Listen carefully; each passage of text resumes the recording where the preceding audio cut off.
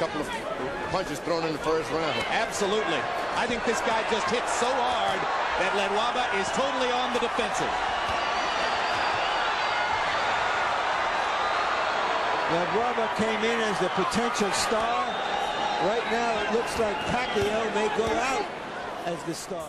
Ang rason ni Ledwaba kung bakit siya natalo ni Pacquiao. Magandang araw mga pre, mayong adlopod sa mga Bisaya diha. Bago natin simulan, kung bago ka pa lang napadaan sa aking munting tahanan, pasuporta naman, click mo lang ang subscribe button at notification bell button. Palike na rin ang video para lagi kang updated sa mga bago kong uploads. Lelo Ledwaba, ilabot sa Bantamweight Division noon, 5 beses niyang nadipinsaan ang hawak-hawak na titulo na IBF World Super Bantamweight title. Pero sa pang-anim na tangkang pagdipinsa niya sa nasabing titulo noong June 23, 2001 kontra sa di kilalang boksidor noon na si Manny Pacquiao ay nadisgrasya siya. Ang inakalang madaling laban ay siyang humarang sa magandang takbo ng kanyang karera at katanyagan.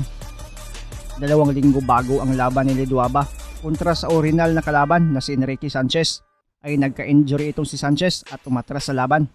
Kaya pinasa ang pagkakataon sa noon ay di pa kilalang Pinoy boxer na si Pacquiao. Bagamat naging World Flyweight Champion na itong si Pacquiao bago ang laban nila, ay di pa rin talaga ito ganun kakilala, lalong-lalo na sa bansang Amerika. Naikasa ang laban nila at ito ang pangalawang tungtong ni Ledwaba sa bansang Amerika, habang unang apak naman ni Manny Pacquiao. Nakataya dito ang titulo na hawak ni Ledwaba na IBF Super Bantamweight title at sobrang underdog ni Manny Pacquiao sa laban na to. Sa kanilang banggaan, bit-bit ng challenger na si Pacquiao ang kartadang 32 wins, 2 losses at 23 via knockout. Habang ang kampiyon na si Ledwaba ay may impresibong kartada na 33 wins, only 1 defeat, 1 draw at 22 dito via KO. Sa gabi ng laban ay dito na nga isinilang ang bagong boxing superstar. At ito rin ang hindi malilimutang gabi na tila naging panghabang buhay na bangungot sa karera ni Ledwaba. Niyanig at ginulat ni Pacquiao ang bansang Amerika at lalo na si Ledwaba sa angking bilis at lakas na meron siya. Unang round pa lang nagpaulan agad si Manny Pacquiao ng kanyang mga kamao, sabay gamit ng bilis ng kamay at footwork nito na kung saan tila walang magawa itong champion sa pagiging agresibo nitong challenger kundi umatras na lang. You throw a shot, get your hands in and bring them right back in position quick. There's no such thing as being out of position. Ledwaba has an excellent jab. Some conventional fighters tend not to use their jab as much against a southpaw because Back with the southpaw, on the punching bag. Pacquiao, Pacquiao, say Pacquiao. Pacquiao should fight here. He shouldn't. Yeah, he showed us that in South Africa. Aware of it that particular evening. But you can jump for them and he'll never be able to regain his Blood from Ledwaba's nose. Then you are in shape trying to box a boxer. In bad shape. And Pacquiao Pacquiao landing some hard shots. That's what you got to do. Throw it all out. Manny Pacquiao has landed the harder shots in round 1, and now he dominates the last minute of the round with a full-scale attack against Ledwaba. Freddie Roach said to me yesterday, hey look, we have great respect for Ledwaba and we know he's a great boxer. I got it.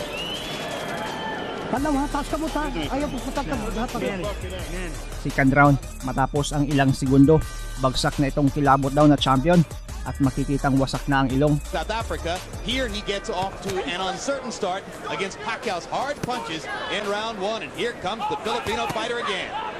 Boom! Ledwaba is going to have to do something to slow down his charge because otherwise he's not. You want to fight? The fight is yours, but it's not going to develop like that. You talk about getting old in a hurry. Lejanolo Ledwaba. Nakabangon pa ito pero halatang sobrang nahilo. Pilit pang nakipagsabayan sa laban. Talagang matapang din itong South African champion. It looks like a short left hand. A couple of punches thrown in the first round. Absolutely. I think this guy just hit so hard that Ledwaba is totally on the defensive. Ledwaba came in as the potential star. Right now it looks like Pacquiao may go out as the star. He took this fight on only 2 weeks' notice, only came here to America 10 days ago.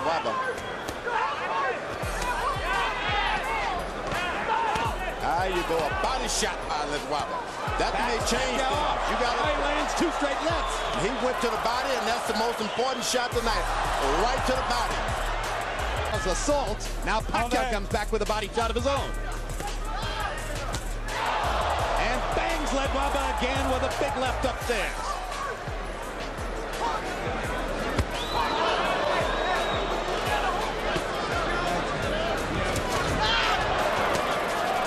A left hook to the body. Well, he's going to get a chance too because Pacquiao is squaring up. Sequence after sequence. Matapos ang round, nagsimula ng maghiyawan ang mga boxing fans. Talagang nasihan sa nakitang napakagandang bakbakan. Let's see what caused the knockdown directly.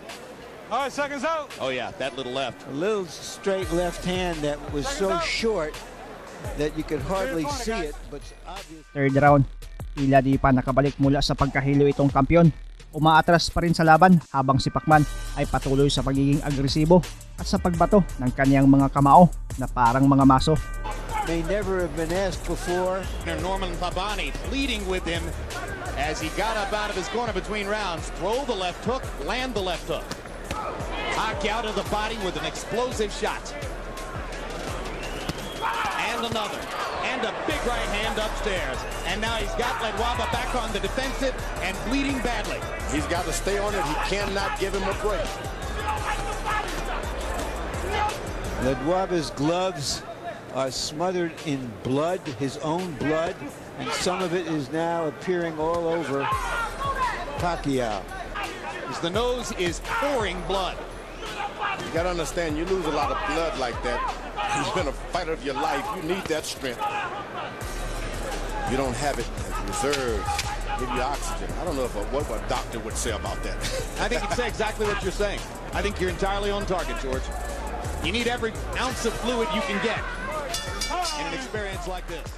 Fourth round, bahagyang nakasabay na itong si Ledwaba kahit ang ilong nito, duguan at wasak na.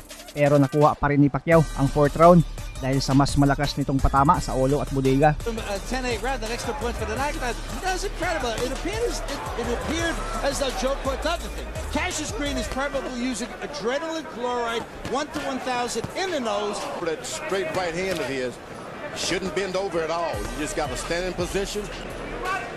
Does a good job of it. Yeah, but so far, Pacquiao has landed more power shots than Ledwaba has been able to throw punches. So it's a CompuBox wipeout. There's a big left hand for Ledwaba. But here comes... Can't reach out for it as Ledwaba's doing. You got to let him just fall into it. Now Ledwaba seizes the initiative. Starts firing his jab. Learns. Got to do it. Guy from the Philippines, guy from South Africa, giving us Fifth round, mismong commentator na nagsabing parang si Pacquiao ang dapat tawaging hand of stone sa halip na si Ledwaba dahil sa mas malakas ang kamao nito kumpara sa champion. Bugbog sarado pa rin ang inabot ng champion sa round na ito. Pacquiao is the one who seems to have the rocks in his gloves. Pacquiao got away with a low blow. Jab him to the body 3 or 4 times and then come up. Ledwaba getting a little bit more adept at ducking and slipping away from Pacquiao's power shot. With mustard, Pacquiao is fun to watch. Boom! Sixth round, ilang segundo lang, nahuli na naman ng solidong kaliwa itong si Ledwaba at bagsak sa ikalawang pagkakataon sa lona. He's been caught by surprise. He's a good fighter. He had no idea. Pacquiao may take care of it. 4, 5, 6. Bagamat nakabangon at duguan ang ilong, ay makikita sa mga mata ng kampyon na tila wala na siyang magawa sa lakas na meron itong si Pacquiao. Pinilit pang ituloy ang laban at sabayan si Pacman, pero ilang segundo ulit ay bagsak na naman sa ikatlo at huling pagkakataon. Nation in the eyes of Ledwaba. Yeah, and Joe Cortez has seen enough. That's a TKO victory. Di na ito nakabangon, tila ininda ang sakit na natanggap mula sa agresibong challenger. Panalo si Pacquiao via 6th round TKO at tinanghal na bagong may-ari ng titulo. At sa gabing ito, sinilang na nga ang bagong boxing superstar, ang umpisa ng kanyang malahalimaw na karera habang ito din ang umpisa ng pagbagsak sa karera ni Liduaba. And now, a two-time world champion, he is now the reigning IBF Super Bantamweight Champion of the world, Manny Pacquiao. You know, I said before this fight, guys, that compared to Elordi and may even surpass it. Moving to Los Angeles to work with Freddie Roach. Freddie Roach has a terrific talent to work with in Manny Pacquiao. Let's go back upstairs. Bagamat 7 beses pa itong lumaban si Liduaba, ay hindi na siya napagbigyan ng isang world title fight at sa huling 7 laban din kasi niya ay 3 lang dito ang pinanalo niya. Huling laban niya ay noong November 24, 2006 sa Africa at natalo siya dito via referee technical decision. Nagretiro siya sa edad na 35 na may record na 36 wins, 6 losses, 1 draw at 23 via KO. Dahilan ng kanyang maagang pagretiro ay ang problema daw niya sa kanyang mata. Sa interview na ginawa ng The Ring sa kanya ay naikwento niya ang di niya makakalimutang laban kay Manny Pacquiao. Sabi pa ni Liduaba ay ang pagiging late replacement nitong si Pacquiao ang dahilan ng pagkatalo niya. Di daw kasi niya kilala si Pacquiao at di daw nila masyadong napag-aralan dahil 2 linggo lang ito pinalit sa original na kalaban niya na Mexican. Sa mga videotapes na napanood nila ng mga laban ni Pacquiao ay ibang-iba daw talaga ang totoong galaw nito sa ibabaw ng lona. Talagang nagulat daw sila at talagang di inaasahan na ganun kalakas si Pacman. Marami daw siyang nakalabang magagaling din at malalakas pero sa laban nila kay Pacquiao ay walang panama ang lahat. Ginawa daw niya ang kanyang makakaya, sinusubukang sabayan at utakan si Pacman pero kakaiba daw talaga si Pacquiao. Di daw niya matamaan at minsan tumatalon pa daw ito at nagbibitaw ng mga kamao. Nahirapan daw talaga siya sa pagiging southpaw nitong si Pacquiao at sa bilis na rin ito. Minsan daw ay nasa harap si Pacman pero segundo lang ay nasa gilid na naman. Naniniwala siya na kung may sapat na panahon at training lang daw na ginawa para sa laban niya kay Pacquiao ay marahil may pag-asa siyang makasabay sa tibay at lakas na meron itong si Pacquiao. Dagdag pa niya, kinikilala daw siya noon na isa sa pinakamagaling sa featherweight division.